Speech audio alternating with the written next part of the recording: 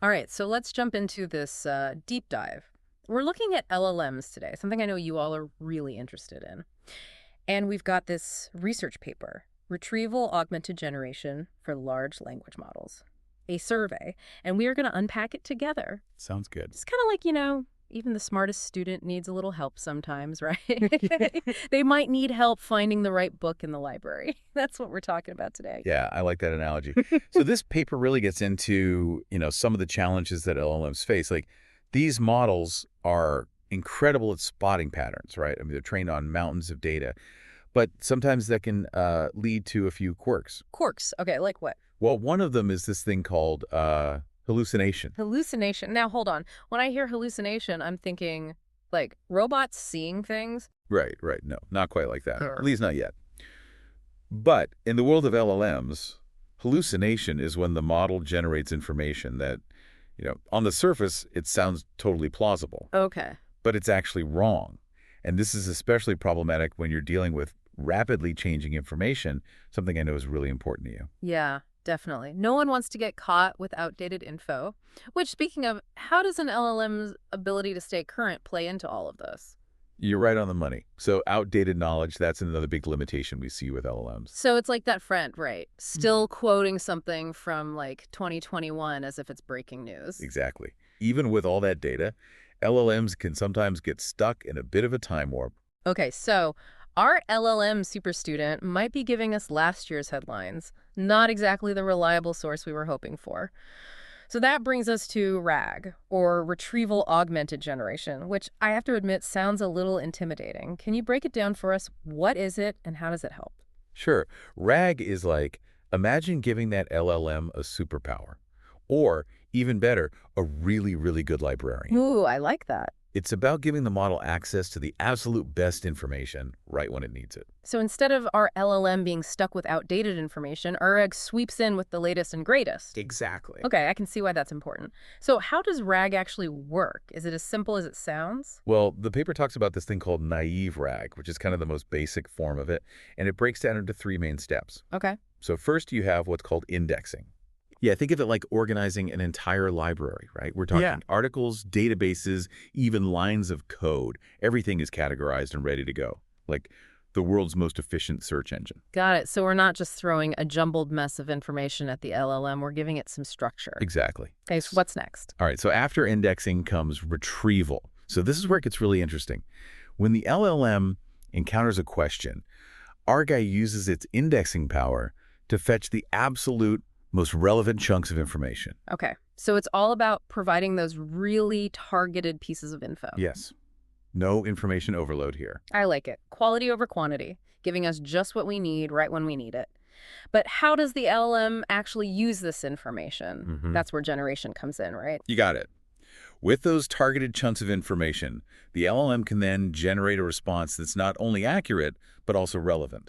No more outdated info or going off on tangents. Okay, so RAG is a game changer because it allows LLMs to actually use and process external info. Yes. That's amazing. But the paper also talks about advanced RAG. What makes it so special?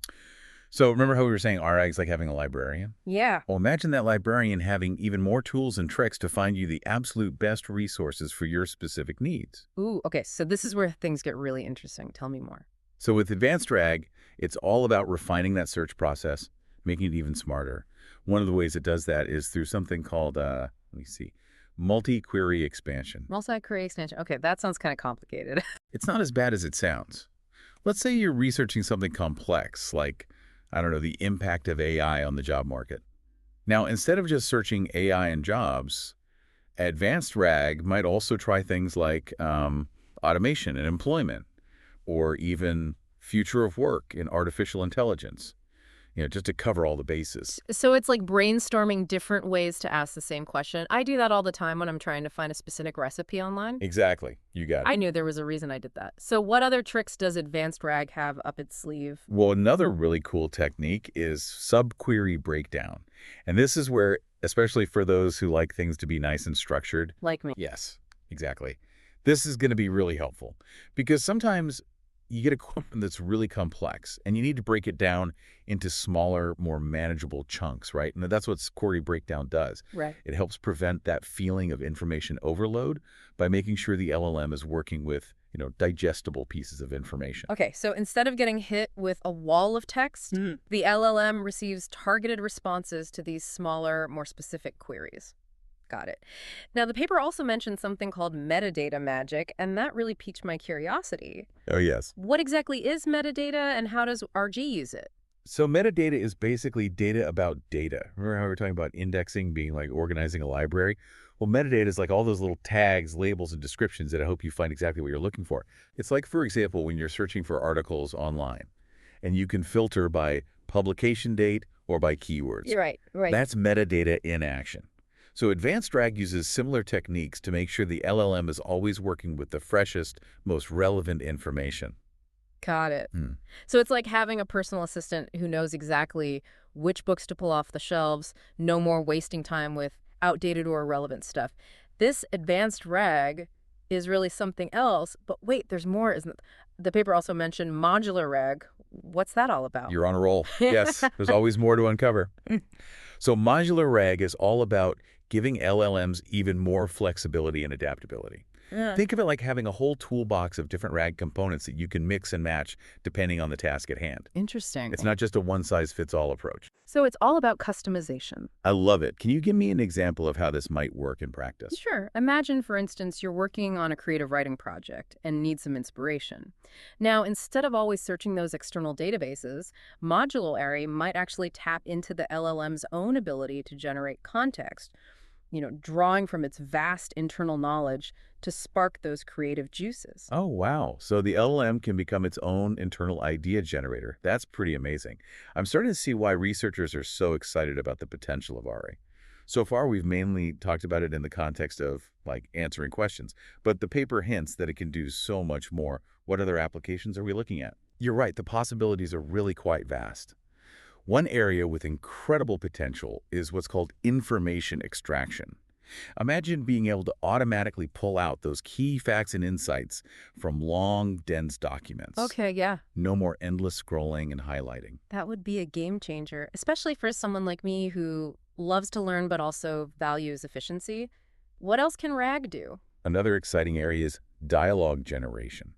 Now, we're talking about chatbots, but not just any chatbots. These are chatbots that can actually follow a conversation and provide responses that are grounded in real, factual information. Wow, so no more of those repetitive, nonsensical chatbot responses. We're talking about chatbots that can actually hold a meaningful conversation. That's incredible. I can definitely see how RAG is pushing the boundaries of what's possible with AI. But of course, as with any new technology, there are bound to be some challenges. And the paper does mention a few hurdles that researchers are still working to overcome. What are some of those challenges facing RAG? You're absolutely right. There are always areas for improvement. One of the biggest challenges is ensuring what we call robustness to noise. Remember how we talk about the importance of accurate, up-to-date information? Yeah. Well, with so much data out there, some of it is bound to be inaccurate or misleading or just plain wrong. And RGAG needs to be able to sift through all of that noise and identify the truly reliable information. That's a great point. It's like trying to find a needle in a haystack, but the haystack is filled with all sorts of decoys and distractions. Accuracy is definitely key. So what other challenges are researchers tackling? So we've talked about ensuring the information Argue uses is accurate, but with LLMs constantly evolving and growing more complex, can Argue keep up? That's another hurdle researchers are actively addressing scaling up. As LLMs become more powerful with billions, even trillions of parameters, Argue needs to evolve alongside them. It's a constant race to ensure it can handle the ever-increasing volume and complexity of knowledge these LLMs possess. It's like needing a bigger, faster library every few months just to keep all those books organized and accessible. And speaking of access, something I find particularly intriguing is the concept of explainability in RAG. It's like, I'm all for getting the right answer, but I also want to know why it's the right answer. Does that make sense? Absolutely. Explainability is crucial for building trust in AI systems, especially for someone like you who values understanding the why behind the what. Knowing why RAG selected certain information, how it arrived at a particular answer, helps us understand its reasoning process. Right. It's like being able to peek behind the curtain, see the gears turning. It's not just about blind faith in the system, but understanding its logic. This all ties into the future of RAG, which the paper touches on, particularly this idea of multimodal RAG. Honestly, it sounds a bit like science fiction. It does, doesn't it? Remember how we discussed R working with various data types like databases and code? Well, imagine that expanding to images, audio, even video. Hold on, are you saying we could ask a question and get an answer that includes, say, a relevant image alongside the text? As someone who learns visually, that would be incredible. Precisely. Instead of just text-based responses, we could have this rich tapestry of information. Imagine asking about a historical event and having R pull up a relevant image or map, adding a whole new dimension to your understanding. That's mind-blowing. I can see this being revolutionary for education, content creation.